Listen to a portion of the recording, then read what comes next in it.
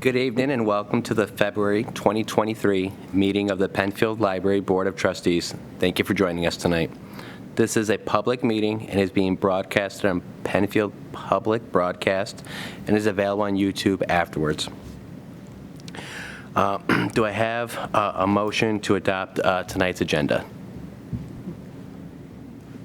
Harish? A motion. And a second? All in favor? Thank you. Our first item of this evening is the approval of last month's minutes and the finance report. Does anyone have any comments on the minutes, or is there a motion to approve them? I motion to approve the minutes. Justin, a motion to approve them. Do I have a second? Jennifer? Second. All in favor? Thank you. I believe tonight Neeraj is out, and Justin, you are doing the finance report, correct? Correct. Give that. Our finance for the operating budget for January 2023, if you can refer to the monthly balance sheet that was released, our monthly receipts and our expenditures for the library are within the margin of error that's acceptable. Our incomes were through the interest, copies, and fines, all within standard deviation. Perfect. Any comments, anyone? Do I have a motion to approve them? A motion to approve? Jennifer motions. Second? Anna? All in favor? Thank you. Tonight we do have public participation. Adrian Stratton has been kind enough to join us via Zoomed meeting here. Adrian, you there? I am. Perfect. Again, thank you for attending tonight.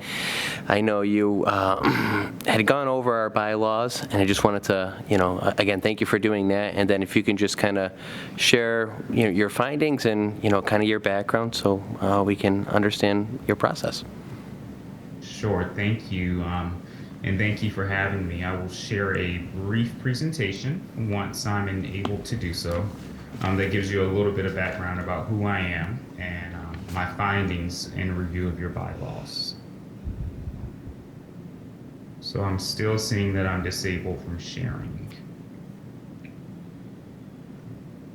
Oh, I have the ability. So as mentioned, hopefully everyone can see my screen at this point. My name is Adrian Stratton. I'm a member of both the National Association of Parliamentarians as well as the American Institute of Parliamentarians. Both of those are the two primary credentialing bodies in the United States for parliamentarians. I have the pleasure of serving as the New York Association of Parliamentarians president. So my term will be concluding in May, and I've served in that capacity for 2 years. I also contribute in a regular fashion to the scholarly journals related to parliamentary procedure. For anyone who would like to contact me, here's my contact information. My scholarly articles are published here, and both of my email addresses. I'm happy to take any questions that we can't get to tonight. So a credentialed parliamentarian is simply an expert in parliamentary procedure, sometimes an attorney, but not always. They typically advise on rules of procedure, parliamentary authorities, and special circumstances related to meetings. So a parliamentarian's main function is to give advice on procedure to the president, officers, committees, and members of an organization. Some additional ways that parliamentarians assist: as a bylaws consultant, the capacity I served in for this particular exercise, a planning meeting strategist, expert witness, election supervisor, and a number of other things. Before we get into the details of your particular document, 2 books I definitely recommend for any organization that conducts business such as yours. On the left-hand side is Robert's Rules of Order, newly revised and brief. It's very approachable, and if Roberts is a bit intimidating, the book on the left is definitely a great introduction. Obviously, for anyone serving in an officer capacity or presiding, the official parliamentary authority used by many associations is the 12th edition, the one with the white cover, Robert's Rules of Order, newly revised 12th edition. So with that, I'll stop my share, and I will share with you my findings, as I mentioned, related to your bylaws. For the most part, I think there were some clarifying edits that were made in discussion with the members of your team as we reviewed the document, things like term limits, looking at clarifying the roles and responsibilities of various officers, some grammatical edits that were produced. And I won't go through each of the changes, but by and large, it was a very good document. I think with a few additional edits that have been presented, it could be even tighter and even better. And I will be happy to answer any questions that any of you may have in your review of those recommendations. Does anyone have any questions? You all have the paper copy in front of you in case you didn't have the digital copy with you. I just brought it for you.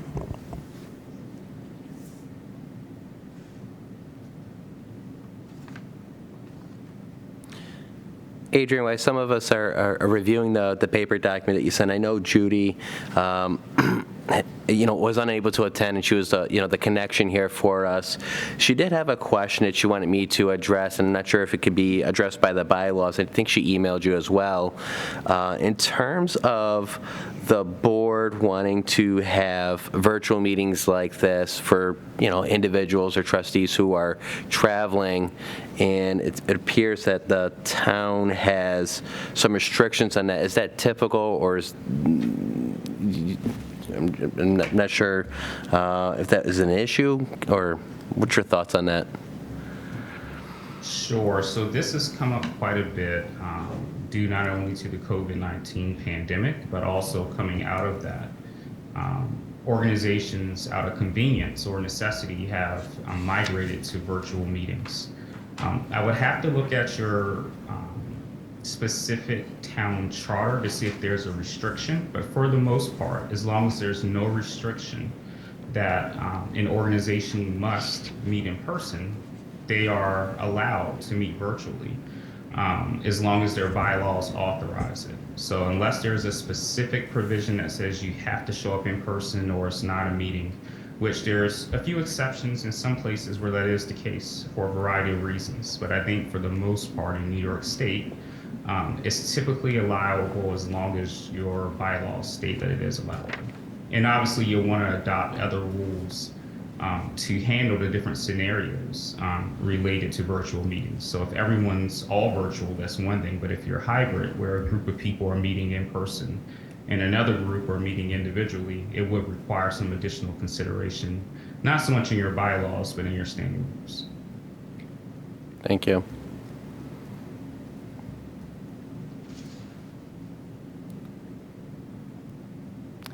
Has anyone come up with any questions or comments after reviewing the document?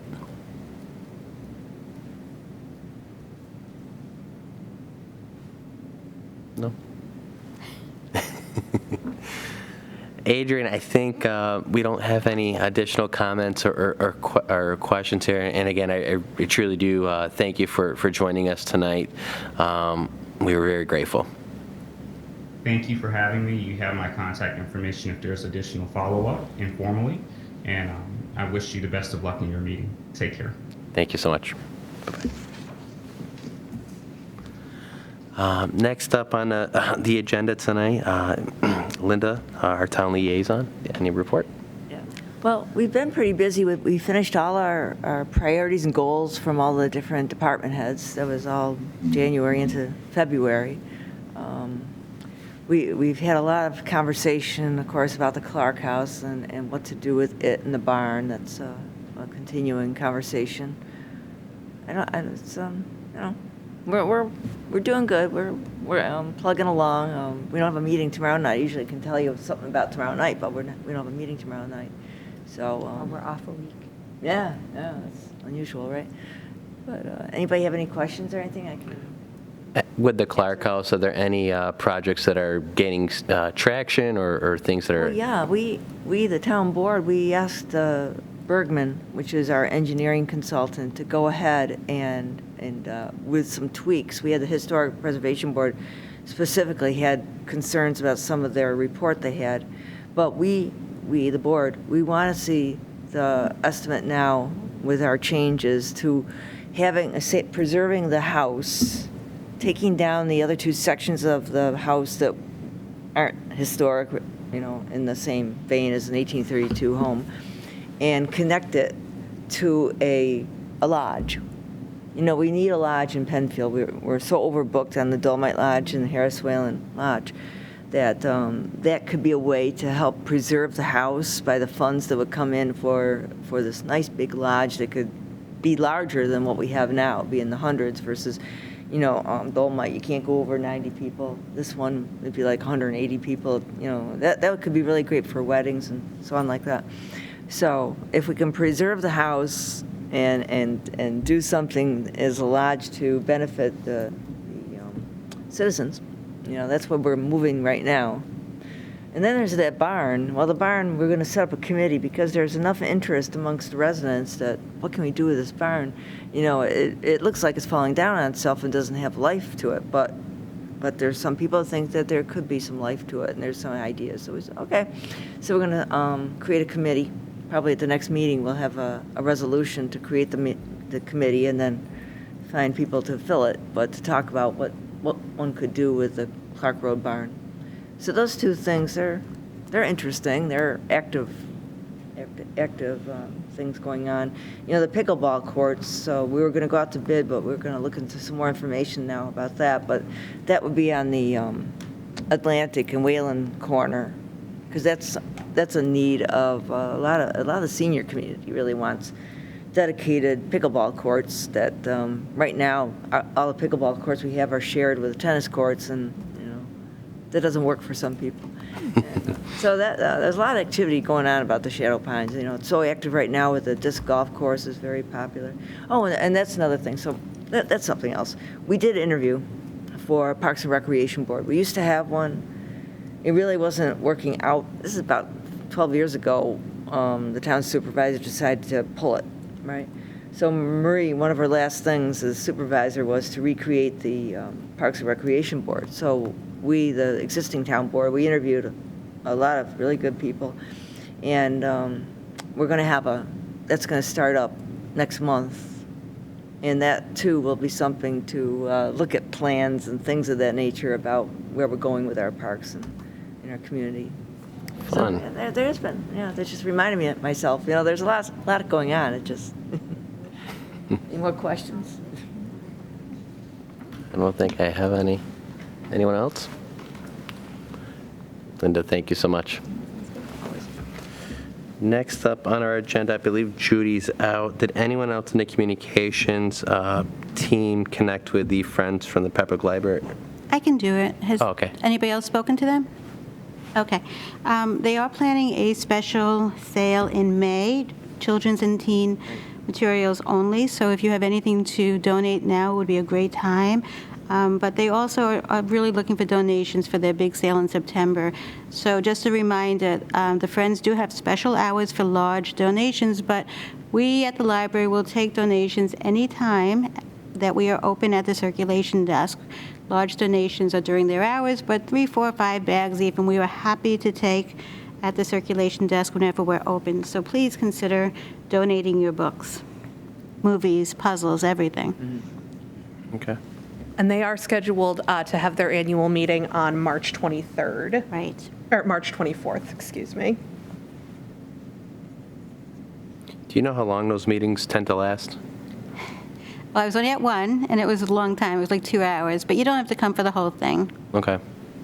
Rhonda, did I see that they had a table set up outside the library the other day? They've been trying to recruit new members, and we did allow them to have table all through the month of February. They were there about 10 days during the month, and they sat outside for a couple of hours, and they did actually recruit some new members, which is great. That's awesome. Nice. Well, Rhonda, thank you so much for sharing about the Friends. They are such a vital part to the services that we're able to provide at the library. We'll move on to our committee reports. Again, I know Neeraj is out. Justin, anything else to report? The 2022 financial reports? I don't have anything new to report. So can I just for a moment, so the 2022 budget summary took the year of 2022 as a whole, and that's the document you have, and I just want to speak to it really quickly. you can see that we did collect 97% of the revenue that we expected to collect, and we spent 94% of the budget that we expected to need to spend. So we're really, the money we ask for from the town, from the taxpayers, is going towards library services. We need it. It's not that we're not using it. We very much need it, and we are staying on budget. Nice. Just sort of a curiosity question, with the excess there, what happens with that? You said we've spent If we have 94. if we have extra money at the end of the year, when we don't spend out our budget, it goes into a fund balance, which is just part of like, it's not part of our operating budget. It's almost like an account that's kept separate should we have an emergency. Okay. So typically, a library will have a good 30% of their budget in an operating fund budget, just in case maybe a budget doesn't pass or a town doesn't have the funding to fully support. You know, we don't want to really have to cut our hours or cut any of our services, so that's there in case. Are we at that 30% threshold? We are. It depends. Okay. Yes and no. Yes and no. Yes, Okay. yes, for the most part. For operational needs, yes. Okay. We'll move on to the personnel report. Anna, I know we have the open trustee positions. I'll let you Yeah, report. the deadline to get resumes and applications in is today, so if you haven't done it yet, do it. Other than that, nothing. Have we received a lot of applications already, or? I'm not sure, I have to double check with Judie. Okay. She has access to the email address, so. No worries. Perfect. And then I'm assuming we're. I have that too, Anna, if you need it. Okay, yeah. And then we'll start interviewing, I believe, next month at some point? Yeah. That's the Okay. plan. Perfect. Strategic planning, Jennifer, anything to report? No? Fine. Justin with the bylaws? So much on the bylaws. We obviously already had our report with Adrian Stratton. It was just a huge help to us. Rhonda released the rough draft for everyone to review. I hope everyone did. The bulk of the bylaw changes are mostly grammatical and structural in nature and could be adopted with relatively little debate. I don't know if anyone had seen anything like specific that needed to be really discussed in depth before we made moves to actually change the bylaws. Do you want to go through it page by page to discuss the changes? I think we it can. would help you to understand. Yeah. So, I mean, Justin's 100% right. A lot of this is formatting, and I don't think that needs to be discussed. And then it's like by-hyphen laws versus bylaws without the hyphen. You know, we should pick one and stick with it, and that's fine. We did update the mission statement, which we rewrote last year, so we did that. That's an easy fix. If we go to page 2, section C, first, you know, once we were going through this, we realized that some of the information that pertained to the Board of Trustees and how to appoint new trustees was down in the committee section. So we kind of moved that around, so just to clarify what was appointing new trustees and what was appointing committee members, because they are very different. So that's C. If you look at D, just a slight language changed. Applicants will be presented. We just wanted to make sure they were absolutely accurate. So just as an overall comment, Adrian made it clear that when you're writing bylaws, you're not writing bylaws for your current board, which might be working extremely well together. You're writing your bylaws for the situation when a board is not working well together. So this is like a roadmap when you're having difficulties, and then you have something to fall back on and say, wait a minute, we're not working well, and I can tell you from the bylaws that what you're doing is not consistent with our expectations. So I think that, especially if you've been on this board for a number of years and you understand how well it works, you look at this and you say, why are you even doing this? We're fine, we don't need any help. That's why we're doing it. So slight language changes are important for that reason. Section C, absence, it's a very long section, and Adrian suggested we take the bulk of it out and make that a policy should you so choose. Because simply saying that it's regular attendance that's needed is enough for bylaws, but then if you want to be very specific, you keep it as a policy. Because if somebody breaks the bylaws and you kind of want to let that go, you can't. And that has happened in even my time, where somebody was absent more than 3 times in the year. But that person's a great trustee, and you don't want to lose that person's service. So you kind of, but bylaws are bylaws. You see, so if it's something you want to be even a little bit flexible on, take it out of the bylaws. If it's something you don't want to be flexible at all on, and it's really pertinent to your organization, you keep it in. So if you like, I took it out of the draft, and if you like, I can bring this as a policy. I'll work with the policy group, and we can create a policy about absenteeism, and that's fine. We could probably just take the same wording and put it into a policy and approve it next month if you like. I think that'd be perfect. Okay, and then section 4, suspension or removal of a trustee. It had simply said the board by majority vote, and it was suggested to us that we make sure it's the library board, not the town board, and sometimes in this document it was a little unclear which one, so we just put in the word library. Section 5, Adrian said that we have to be very clear that proxy voting is not allowed, that we can't, like, let's say Judie's not here tonight, maybe she already knows that she wanted to vote yes or no, and one of the things coming up, proxy voting should not be allowed because, well, we want our board to be present and open for discussion. So when you vote ahead of time, it kind of changes things a little bit. So he said put that in. The annual meeting, that's just a language thing. I'm on page 4 now, right? Mm-hmm. Yes. Page 4. He wanted to be very clear that the president should not serve on committees, and the president should not really be all that involved in appointing committees, because his thought process is, and this is based on his experience, that at some point the president will be running for election, and if he appoints a nominating committee that will appoint him, then he's kind of, or she. So we can put that in or not. In our past, I mean, we have had the president appoint and choose, and I don't know. This is up to you if you want to put this in. So this is just clarity, same thing. He asked to put the language in about an ex officio member.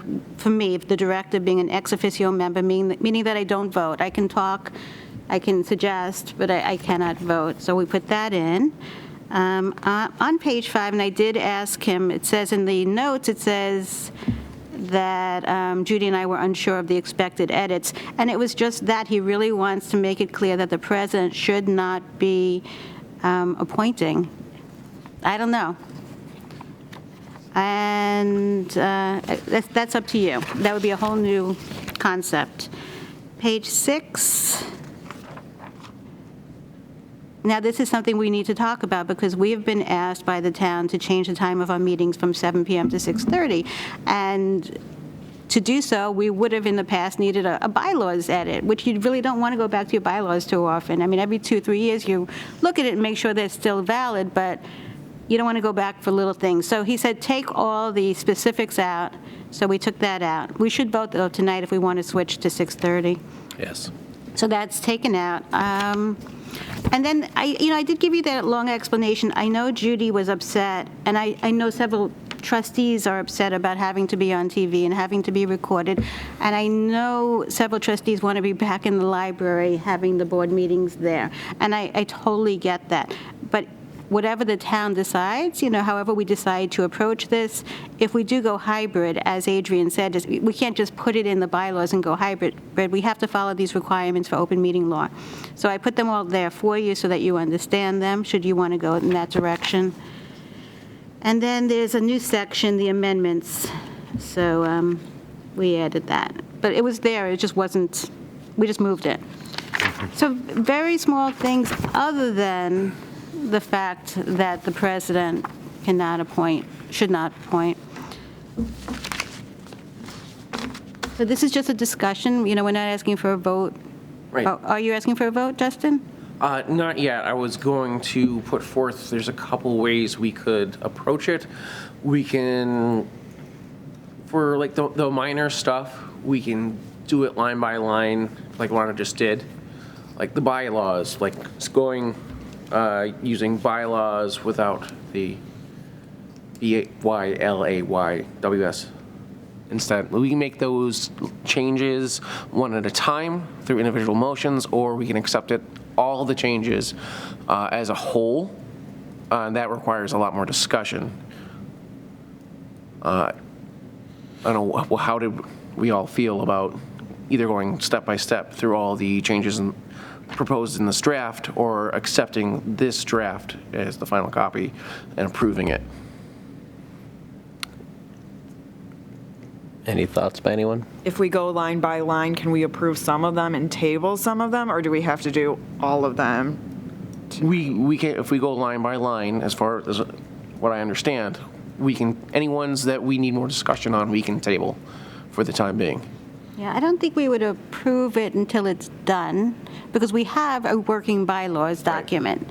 So we can also break out into committees if you want. The Policy and Bylaws Committee can break out on their own, have a telephone discussion, and bring back something next month.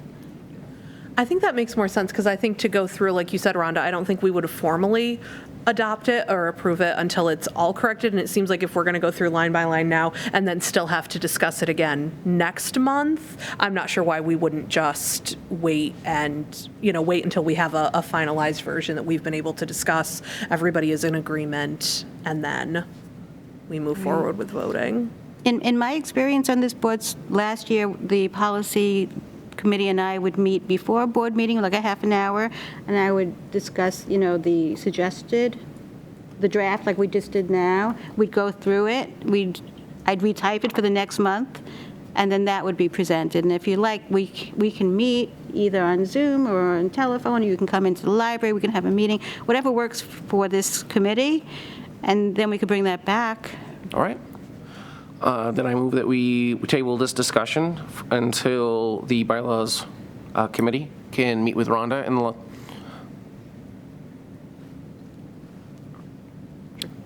I move to table this discussion until the Bylaws Committee can. That's fine, we don't need a vote on that, I don't think. But we don't have to vote yes or no on Yeah. this. It's a choice. Okay. So we don't have to table it. Okay. And then, was there a separate item on the personnel policy manual?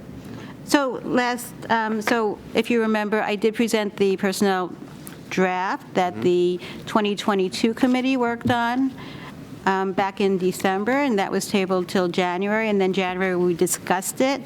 And I am hoping that we make some decisions, because several changes do affect our staff members and will affect our staff members until we approve it. So are there specific questions regarding the changes or concerns that you would like to discuss? I was on that committee, so I'm fine with the proposed changes and the discussion that we've had. Okay. I didn't see anything. Do we have a motion to adopt? I'll move. Second? Jennifer? All in favor? I want to thank you, because this is amazing, really very helpful. So thank you for your support, and thank you on behalf of the staff. It's a good change. Thank you. You're welcome. Did we need to take a vote on moving the meetings from 7 till 6:30 tonight? We should. Do I have a motion to approve that? Motion. Harish? The second? Jennifer? All in favor? So then, from now on, the board meetings will be the third Tuesday of the month at 6:30. I will Yes. let the town know, I'll let the tech people who help us every month know, and that's also appreciated on behalf of the town staff who asked us for that change, so thank you. And with the communications, I know Judie is out. Megan or Harish, did anything to report on communication and advocacy? So regarding communications and advocacy, there were two opportunities in February. One was an in-person meeting with Assemblymember Jen Lunsford. I was not able to attend that, but I know Rhonda was there. She referenced that in the director's report. And then there was also a Zoom meeting with Senator Samra Brook that Rhonda and I were both able to attend. I mean, as to be expected, it's just kind of typical, speaking to them, stating, why we think that library funding is essential. I will say I think Senator Brook was very receptive. I know she's been a great supporter of, libraries and library funding in the past, and it was also very nice. I've been to a lot of these things where it's a staff person there or something like that. So to actually get, that little bit of face time with Senator Brook was very good. But again, she, has been a great supporter. She was very open, very receptive. We were able to share a little bit about some of the great things that the libraries have been doing. Some people from MCLS were there, a couple of the other library directors, a few other trustees. So that was a good opportunity. Nice. Ron, thank you so much for sharing. And Ron, I know we're going to get to the director's report. Anything to share on Assembly Lunsford? For that meeting? So with Assemblyperson Lunsford, as I told some of you, we had received from her a $20,000 grant for a kitchen before I was hired, and the board had not spent that money yet.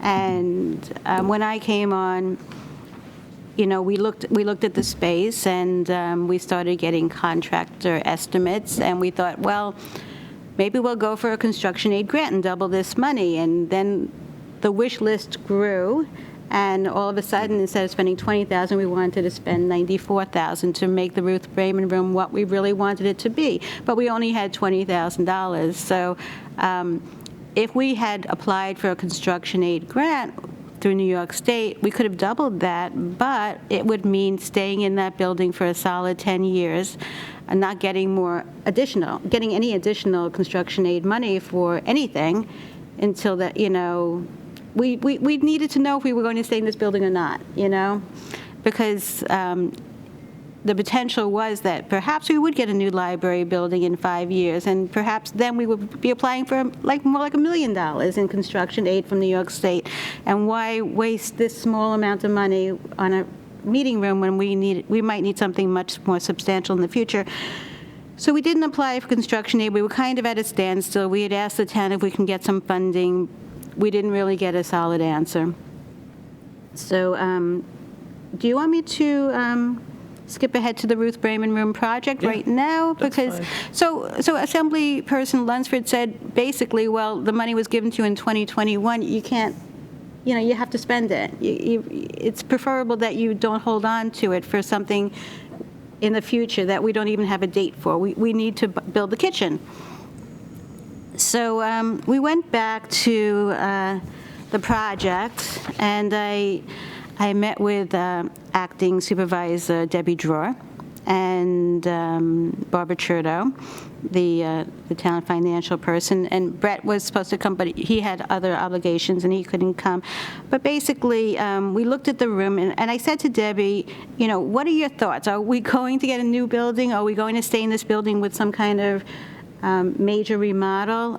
Because that would tell us what direction to go in, and obviously they can't tell us yet. They just can't tell us yet.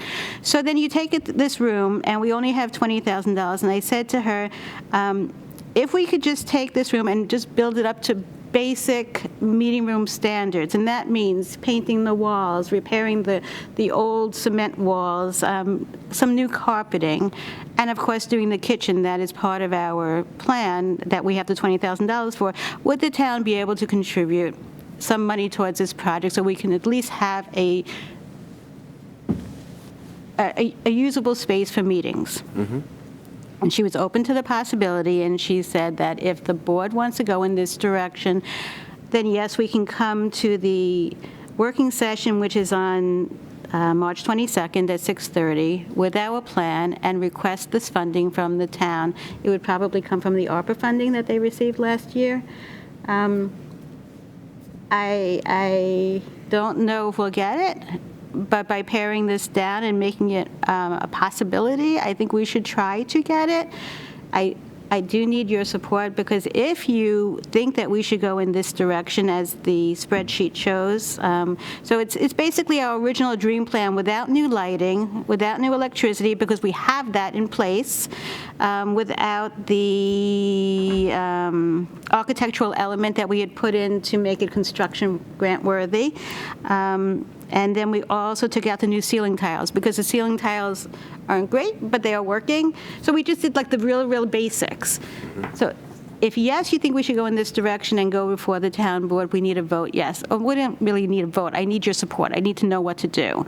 And then I'll go to this meeting and I'll tell them what we need, and I'll take pictures of the room and let them see what we're talking about. And of course, you can all come and support this.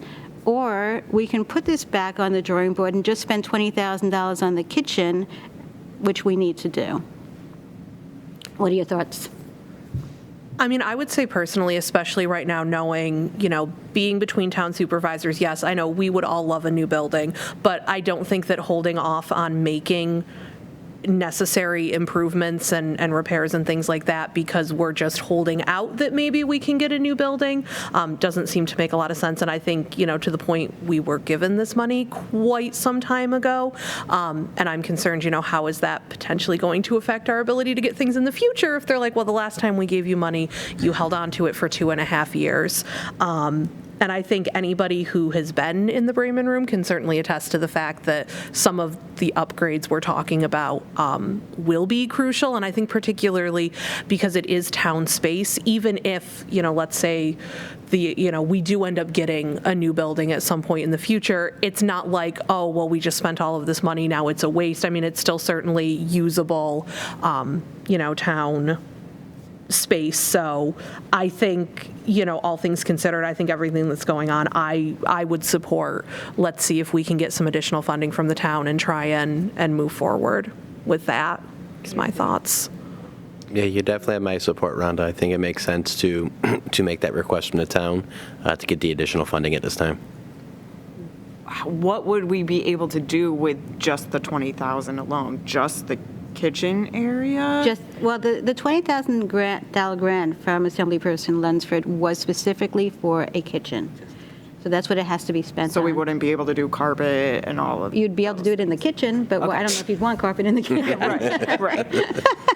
And I know that when you joined the board, I showed you the space. It's not a large space, and it cannot be made larger. So that is the kitchen regardless. So yeah, we can put a beautiful kitchen in there for $20,000, but It seems like if we're not going to try and make some additional improvements to some of the rest of the space, having a beautiful kitchen is only... It only gets you so far. Yeah. Yeah, Right. absolutely. Rhonda, I have a quick question Yes. for you. I'm seeing 8:15 at the bottom of the chart here. Is that roughly the time that when these estimates were collected? yes. So what I'm wondering about is, the way things are going with costs in general. Are these, how much of a variance is there in current Right, so costs? if you support this, I'm going to spend the next 2 weeks trying to get updated estimates so that when we go to the town board working meeting, I have better numbers, and perhaps instead of asking for $19,070, maybe I'll be asking for $25,000. And I did say that during our meeting that, these are old estimates. I don't know what's happened to them. And also, these companies gave us this estimate based on almost $100,000 worth of work. Will they give us the same prices when it's much lower? I don't know. Those prices might go up a bit. So we want to give an honest number to the town. We don't want to have any surprises. Okay. So it sounds like yes? Yeah. Yes. Yes. Okay, So we're great. rolling a yes. Okay, terrific, thank you. Once we get past this stage and we hire a contractor, that will be a vote, and we'll go forward. And I know that in the past, we've had meetings about this room, and we've talked about paying for the chairs and the new tables that we would like with the Gift and Memorial Fund. So that will come up also for a vote as well. but I kind of, I got to be honest, when I think about a possible renovation and I see that space and it's right next to the children's room, I kind of, if we had more space in the building, if the rec department moved out and this became all ours, I see that Ruth Brayman space being more of a maker space or a craft room or just a children's space, because it's right next to the children's room, and then we would potentially have a larger meeting room elsewhere. So I kind of want to have the ability to have new furniture for adults, but save this old furniture for children's programs in the future. So I think it makes sense to have some of that thoughtfulness as we go into this process.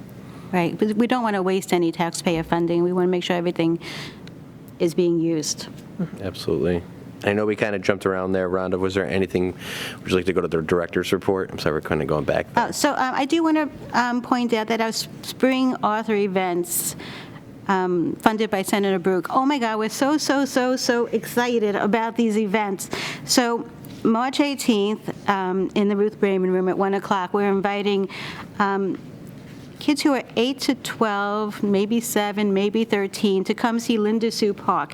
And we have enough funding for 100 books to give out signed by Linda Sue Park. So it's so exciting. She's going to talk about her book, The One Thing You'd Save. She's going to sign the books. We're going to hand them out. It's so exciting, so exciting. So spread the word. And this is a collaboration between the 3 libraries. So Susan Orlean is coming to Pittsford August 24th, and Jason Reynolds is coming to the Rochester Public Library, actually East High School, on May 2nd. And we are so bursting with excitement to have Marie Benedict come on May 18th to the Penfield Library at 7 o'clock. And if you don't know Marie Benedict, pick up a book. She writes historical fiction with a kind of slant towards women's rights and the contributions that they've made to our history. So she's had major bestsellers, and if you look at the top 20 circulations at Penfield in 2022, she pops right up. So she is that famous and so exciting. So please, mark your calendars. Foundation, I met with Foundation and Kathy Weber, who is the president, and we discussed what kind of contributions the foundation can make, and we decided on Canopy. And Canopy, if you've never heard of it, is a very well-respected streaming service for movies, documentaries, award-winning films. So we already have Hoopla now, which is wonderful, and it's doing very well. Thank you. Fantastic. Canopy is a completely different product. It is not going to be the best-selling big movie that Tom Cruise stars in. It's not that. It has a kind of artistic bent, a lot of foreign films, a lot of documentaries. It's very exciting that we're going to be offering this because it really broadens our collection. So super excited. That's going to start in April. What else? It's just an app like Hoopla where we just download it. Yeah, same thing, exactly same thing. So if you have a Roku or a Chromecast, whatever you have, you'll have this app for Canopy. It's very famous. It's going to pop right up. You can watch it on your computer, your phone. I don't know if you'd want to watch it on your phone, but you could. Same exact thing. And it's the kind of product where we pay per use, but they've given us a year worth, and we'll stretch it as far as we can. So it's exciting. Patty Utero, the director of MCLS and RPL, did come to visit to talk about our strategic plan and how MCLS can help us. And she took a tour of the building, which was really fun. And she said hello to all of our staff members, which I think everybody appreciated. Fun. The annual state report is almost done. I'll send it to you soon. And for those of you who are new, it's like 25, 30 pages of statistics. So I don't expect you to go through every one, but those statistics are used for our community report, which we then send out the following month. There are a couple of pages that you need to pay attention to, your names, your addresses, and so on. But for the most part, it's just statistics, like how many people checked out books and how many people walked into the building and how many database reports were compounded. It's a lot of little statistics, so fun. And, staff. Staff has, totally staff-driven. They decided they wanted monthly pop-ups. They want to be connected to the community a little more. So in January, we did a pop-up hot chocolate. So nobody knew about it but us until the day before when we sent out a Facebook page, and some staff members stood in the middle of the library and they just gave out hot chocolate and said hello. And then in February we did I Love Your Library event where we had all these little hearts, and of course we had chocolate because of course we had chocolate. And so now if you come to the library, you'll see all the little hearts kind of strung around the desks, and 133 people, just like that, said hello to us. So really a very positive experience. What a great way to connect the staff with the And they've already got it community. planned out for the rest of the year. They're Do very they? excited about it. So it's very fun. That's it. Nice. Well, thank you so much. Does anyone have any comments or questions for Rhonda? I have one question, Rhonda. No, you're fine.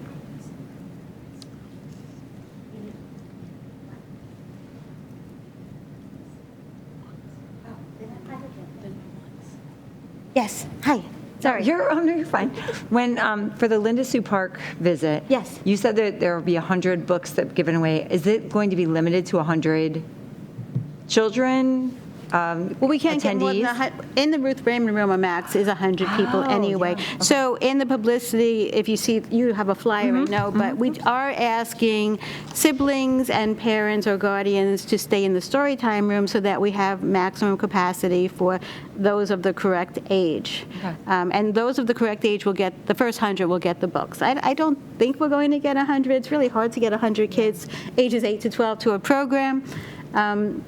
So if we have room, those parents will be welcome into the room, and the siblings. But we are trying to get that age, and because it's a beautiful book. If you haven't read it, you must read it. It's a lovely, lovely book. She signed my copy for it. I love it. Yeah, she's great. Very thought-provoking. And it's really just for that age. And It really is. It's a gift. It's a lovely, lovely book. I read it really quickly, and I was just crying. Happy, sad, happy, sad. It's like that. Lovely, lovely Yes, book. Yeah. Okay. Well, I was thinking, like, what if it was like the first 100 kind of thing. I wasn't thinking how many people would fit into that room. So yeah, that makes sense. That would be a wonderful gift for them. Yes, I think it'll be a nice memory too. Great book. Awesome. Sorry, was there another question? So Deanna was asking about 2 new substitute librarians that we're in the process of hiring, but they haven't done their paperwork, so I'll bring that to you next month. Okay. Awesome. You have on here that Julie Rapp was promoted. Yes. What is involved with her new role? Does she have a new role, or is it mostly just a title? She actually was working the title before, and Okay. she had not been given the title, so now she has the title. Yes. So yes, congratulations to Julie Rapp.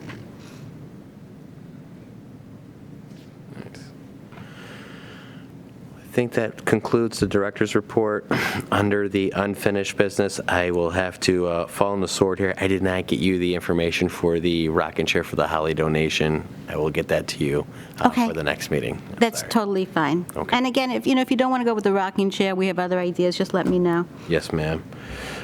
In terms of new business, Ron, I know you wanted to discuss fines and fees. Yes, and first of all, I want to really just thank you for even being open to this discussion. I know that fines and fees are, it's a difficult thing to discuss. Libraries were not originally designed to create revenue of any means, and but we have had traditionally fines and fees through the years, and change is difficult. But I think it's something that we really need to discuss in order to make sure that Penfield Public Library remains relevant and competitive in our community. So you have a document in front of you. If it's okay with you, I'd like to just go through it. The first graph or spreadsheet, the first part of the spreadsheet, shows that in 2017, Library Journal surveyed libraries to find out how many libraries were charging late fees, printing fees, copy machine fees, faxing machines, processing fees, and so on. And you can see the numbers are high. 92% of libraries in 2017 were charging late fees. But then they did the exact same survey in 2022, and only 36% are still charging late fees. And then in the blue on the right, this is what PPL, what Penfield Public Library is doing in 2023. So as of today, we continue to charge 35 cents per day for late fees. We charge for printing, we charge for faxing, we charge a processing fee if somebody's lost an item, library card replacement fee, non-resident fee, and debt collection fee if somebody has not paid their debt. You know, if they've lost a book and they refuse to pay it, you will go to collection. And what I really want to discuss today, and we can also discuss the printing and copying, but I really want to discuss the late fee. I know that 35 cents does not sound like a lot when we're discussing it. It's 35 cents. It's a quarter and a dime. But I will say to you that the vast majority of our late fees are from the parents of young children who take out 20, 25 books at a time to read with their children, and then their lives become busy and they just don't get back to the library. And when you take out 20 books and you're 1 day late, that's 20 times 35. And if you're 2 days late, multiply that. If you're a week late, multiply that. And yes, you can renew most of these books. I'm not saying no, but in our busy lives, a lot of people don't. And the fees just keep climbing. And we want to make sure that our community understands who we are, that we are there to share resources. We are not there to create revenue. We are there to provide reading materials for people of all ages. That is our mission. This is our goal. This is in our strategic plan. And we need to say, at some point, maybe we don't have to do this. Now, the second graph on the bottom shows you what other libraries in our community are doing. So we're still doing the 35 cents per day. Fairport Public Library is fine-free for children's and young adult materials, which means that when their items go late, they don't have a fine, even if they're a week or two late. There's just no fine attached. They bring the books back, and they get their new books without having to pay any money. Webster Public Library, also fine-free. I have a list of all the libraries near us who are fine-free, including Henrietta, Pittsford, Mendon, Arundecoit, Hamlin, Palmer, Rochester Public, and Rush. The three libraries in red, Fairport, Webster, and Rochester, I point out because these are the three libraries that Penfield library card holders visit the most when they're not coming to Penfield. And at some point, you have to wonder why, if they live near Penfield and they have a Penfield library card, why are they going to Fairport, Webster, and Rochester? So it could just be that they work there and it's easier. It could be they're visiting their parents and bringing them to that library. There are 1,000 different reasons why people go to different libraries. They might just even like it better. I don't know. But if it's because of the fines, then that is something we can change and something we should consider changing.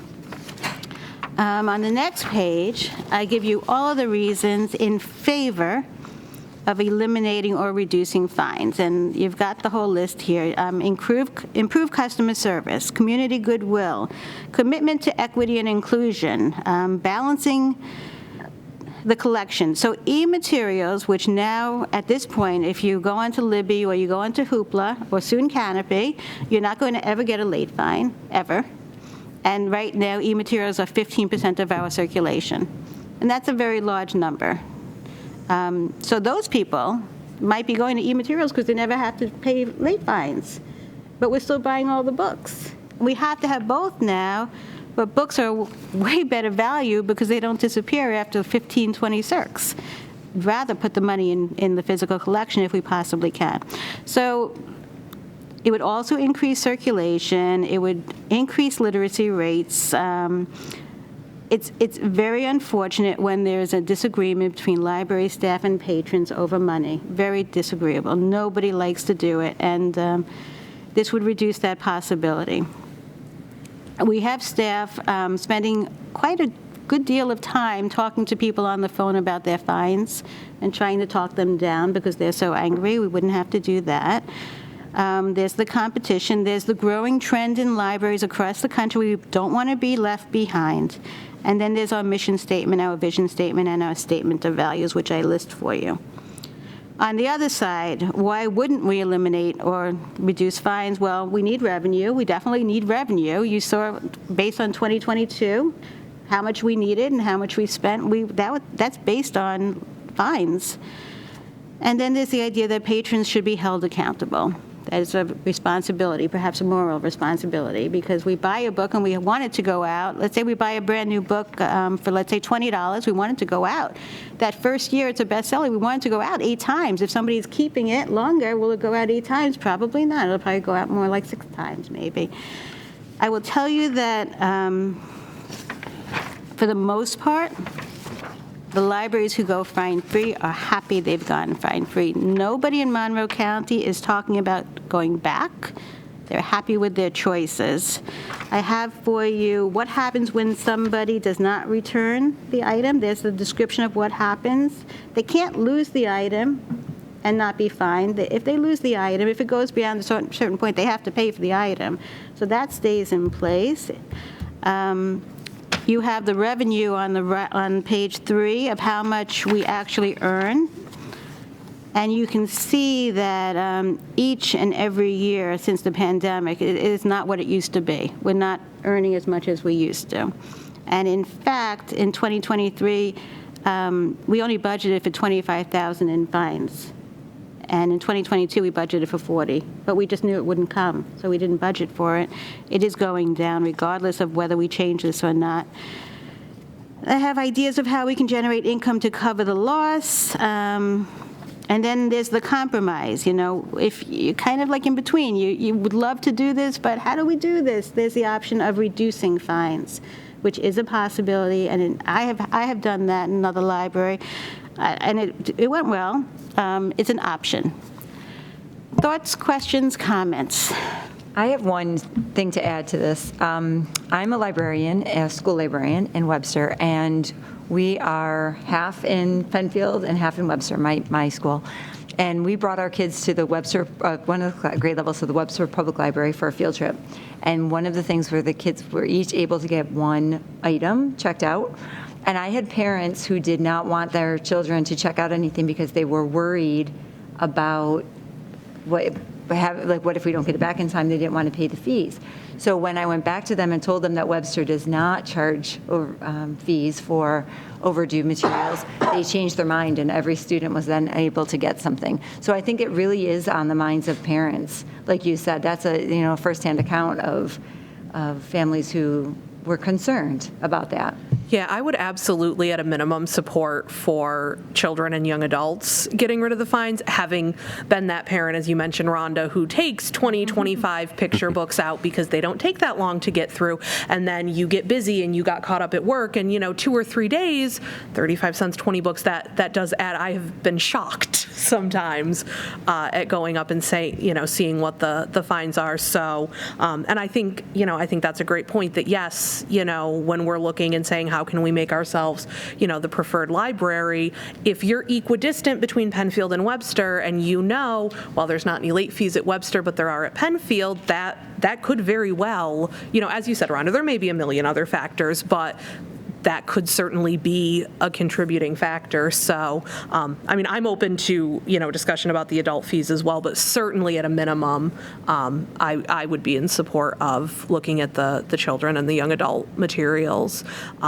Especially, they really are kind of dependent on their parents to get them to the library, and I hate the thought of a little kid being there, potentially with another family member or something like that, and, going and wanting to check something out, and then having it be like, oh, well, there's $15 in late fees on your account, and it becoming, stressful for them. And staff, they hate having to say no. It feels awful. Mm-hmm. I noticed on the chart for Webster, the adult materials is 50 cents. Did they increase that when No, they've always been 50. Okay. Yeah, they were 50 on both sides. Okay. I'd be in trouble. I'm a big offender, I'm sorry.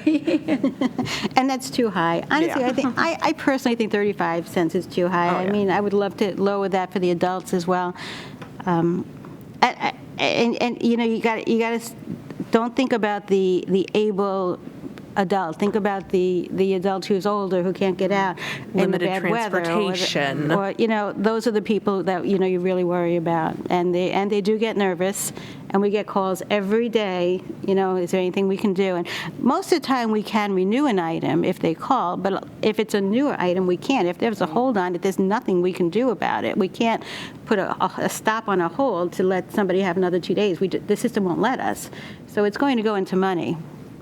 Well, and I think realistically, too, thinking about, like you said, somebody who is maybe older or has limited transportation, those are also the people to whom, $5 or $10 in late fees is going to be. If you're on a fixed income, that's a much more significant portion, whereas, other people, nobody likes paying fines, but okay, $10 is not going to, make or break your budget for the month. But, some of the patrons who may have the most difficulty getting back to the library to get things back, or, again, I know I go online and renew mine a lot, but, someone who's not super tech savvy and doesn't know that you can just call and doesn't, know that that's available. So it also seems like, the fines are probably disproportionately impacting, the people that frankly could use that relief the most. I do think it's important to think about the fact to have some kind of fine on the adult materials, because like you said, when it comes to like the things that you cannot renew, like the new books or books that somebody has on hold, if there's no fee for it, then there's nothing stopping somebody from saying, I'm just going to keep it another week or something and then finish it. And then that's not fair to the other patrons who are waiting. So maybe adjusting that fee some, but I think that is for that circumstance, I think that we might want to consider keeping something for the adults' materials. I feel like Jennifer brings up an interesting notion of differentiating how fines work rather than by genre, than by some form of indicator of demand. It would be a nightmare. Oh, It would. I didn't even think of that, but would be helpful, but still. I see, because I had that same initial thought that like, maybe the new books or something like that. But I feel like that then brings up, when a book that's 10 years old all of a sudden starts trending on, social media, and now everybody wants to read this random book from 10 years ago that you wouldn't have thought would be in high demand, but, all of a sudden it is. So it's not quite as cut and dry as like, here's, the new Colleen Hoover book that everybody wants. It could be, again, here's a book from 20 years ago that somebody tweeted about, and now, Movie. Yeah, exactly. They turned it into a movie. Comes out, yeah. Yeah. And you'll have a new book that comes out, and our librarian will buy one copy, assuming that might be enough, and then, more and more people want it, then she'll buy another copy maybe 6 weeks later. So an item is unnewed. It's new for 6 months. It's unnewed after 6 months. So we might have the same exact title, both new and unnew, and if we have a fine on this person who's reading the exact same book, but not that, oh my gosh. It does sound like a nightmare. Yeah, it would be difficult. Just to clarify, that the fines collected, it says $29,145. Is that for both children and adults? That's the total? Yes, we don't separate fines. We don't know how much.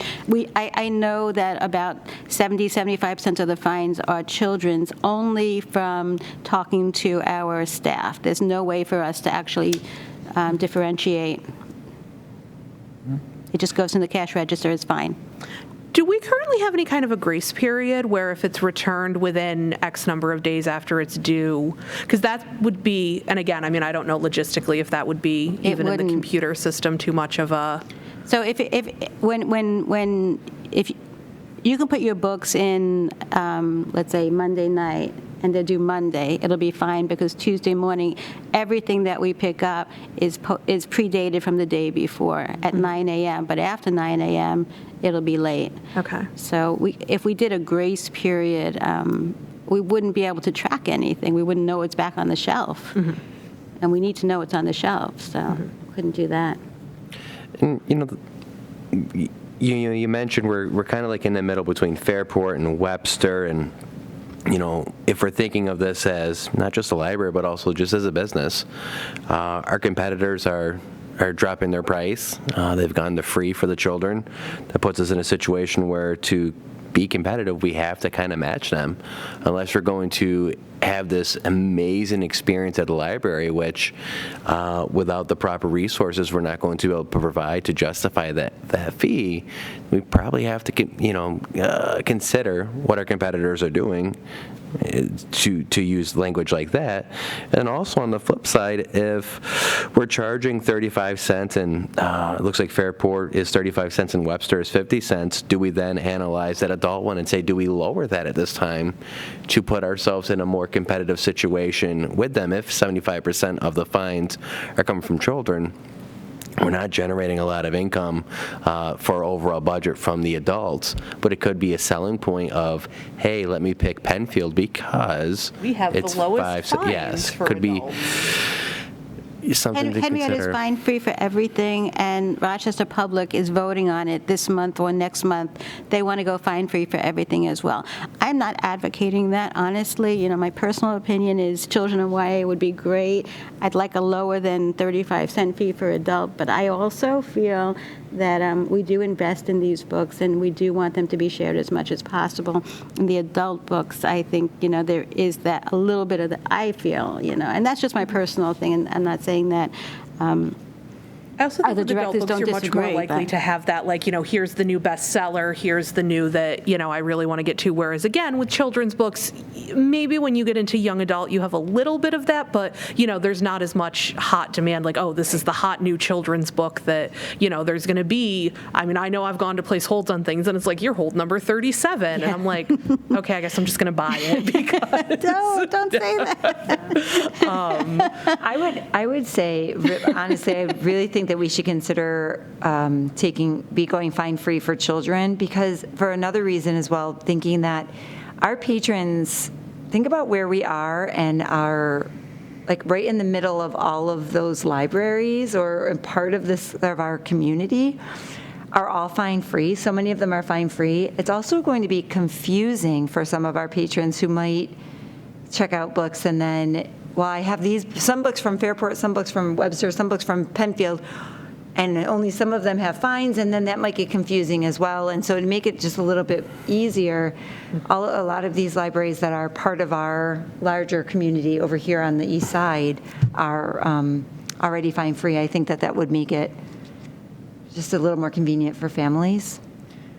I was going to ask about hold fees. Penfield is fee-free, correct? Free. We are free for hold But fees. Webster still charges to put things on. There are very few libraries that are holding. they do. Oh, they, okay, Webster they used to. No, Webster doesn't anymore. Okay. And Brighton actually is losing it as well. Okay. I think last month they voted to hold fees. I don't know how there was ever a fee on hold fees. I mean, that to me is Yeah. anti-library, because we want access. So why would we limit access to those who could afford it? That makes no sense at all. So I'm so glad that Penfield went fine, hold free. I was so surprised when we moved Yes. to Penfield, and all of a sudden I didn't have to pay to Yes. put a book on the hold That fee. was- So Yeah. Yes. And like I said, you go back to it, libraries were not created to create revenue. It's true, we need revenue, we need our budget, and we've built it on that revenue that we've had historically, but maybe we need to rethink that. Well, I think the other thing, too, is we were 6% below the budget. This is overall 1.5% of the budget, so it put us more at about 4.5% of coming within that. So we'll still be under budget even without these fines collected. Ron, I would strongly be in favor of eliminating the children's fees altogether, and then really strongly considering reducing the adults material just to put us at a more competitive pricing. Because when you look at it, everyone's 35 cents. If you, as a suburban library, if we can say we're 15 or 20 cents, might help out with more traffic and increase in our statistics and putting more pressure on getting more resources. Well, I love this conversation, and I appreciate you all so much. Do you want to think about it for the month? Are you ready to vote? What are you thinking? I think we're through discussion. We all want to completely remove the children and young adults fine completely. For sure. I agree That's with that. an easy vote. And then we probably want more discussion for the adult materials. So do you Yeah, want to ask can for a we- resolution, or? Well, can we separate the? We can separate the two, Let's separate the two absolutely. now, so we can start making those changes and give the staff, free them up without having the unpleasant calls with some patrons. I think we could start like maybe March 1st, having fine-free children's and YA. We need a little time to get the system in place, and that'd be perfect. There's a lot of coding that has to be done. You mean March 1st is tomorrow? Yeah. Oh, Just going to ask, I was like, like April I know that April. I forgot. Can we do it April 1st? Sure. That'd be great. So, do we have a vote to reduce the children's fines from 35 cents to 0 starting April 1st? Yeah, I would move. Jennifer? And I'll teen. second. Can you include young adult in that vote? Oh, yeah, young Okay. adults as well, sorry. Rhonda, how do you want it worded? No, that's Children's and perfect. young Just children's and young adult Children's and young materials. adults, Thank okay. you. Do we have a second? I'll second. Jennifer, all in favor? This is amazing. I mean, I cannot tell you how amazing this is. Thank you so much. Yeah, it's a great way to also publicize it with the community. I was really just building thinking, up to how April nice 1st. would that be to be able to put out a, starting April 1st, we're going fine-free. Especially with summer coming up and the summer Oh, reading program and yes. people visiting the library so frequently for that. That'll be great. Spring breaks, Oh, yeah, that's yeah. What do you think, so we're starting that April, May, June, July. How about September, I come back and we talk about adult materials, and that would give us time to really look at the numbers and see how successful our first move has been. Is Can I that ask okay? one more question about the adult materials? Or just in general, are late fees based on what library you select as your home library? So even if, where you check it out from. No, it's your actual item. Each item has a code. okay. And like So if the you item get a will say, Penfield book in Webster, you still only get the Penfield? if you do an Okay. interlibrary loan and Yeah. you get a Webster item, but you pick it up in Penfield, you're paying Webster's fees. So the item itself Okay. has the fee. I just wanted to make it's not sure it your home wasn't just library. going to be Penfield town people. And just, to go with that discussion, if you owe $5 on Penfield's materials, but you happen to be in Fairport, you would pay them and they would keep that. Oh, interesting. Interesting. So it's a shared environment, because the assumption is that we're one community, and what, sometimes you give there and sometimes we get a little here, and in the end, it all evens out. For those who have gone fine-free, they're actually getting our fines, but they're not giving us fines. So it's actually become a little bit of an imbalance and a reason for discussion at our meetings. Seems like it should be universal in the Monroe County system. Monroe County Library System is a consortium of individually managed libraries, and MCLS cannot tell us what to do. We each have a board, and our board decides. So patrons think that, but it's not what actually is. Okay. Awesome. Well, This is amazing. Yeah. I'm Really, glad we're really able to have a good amazing. discussion on that. So exciting. Last Thank item you. up are the claims for payments. Who was this month's auditor? That was me. Jennifer. I would like to make a motion to approve $19,203.40 in claims for February. I'll second. All in favor? And then that gives us March and April auditors. Who would be next in line here? Sorry.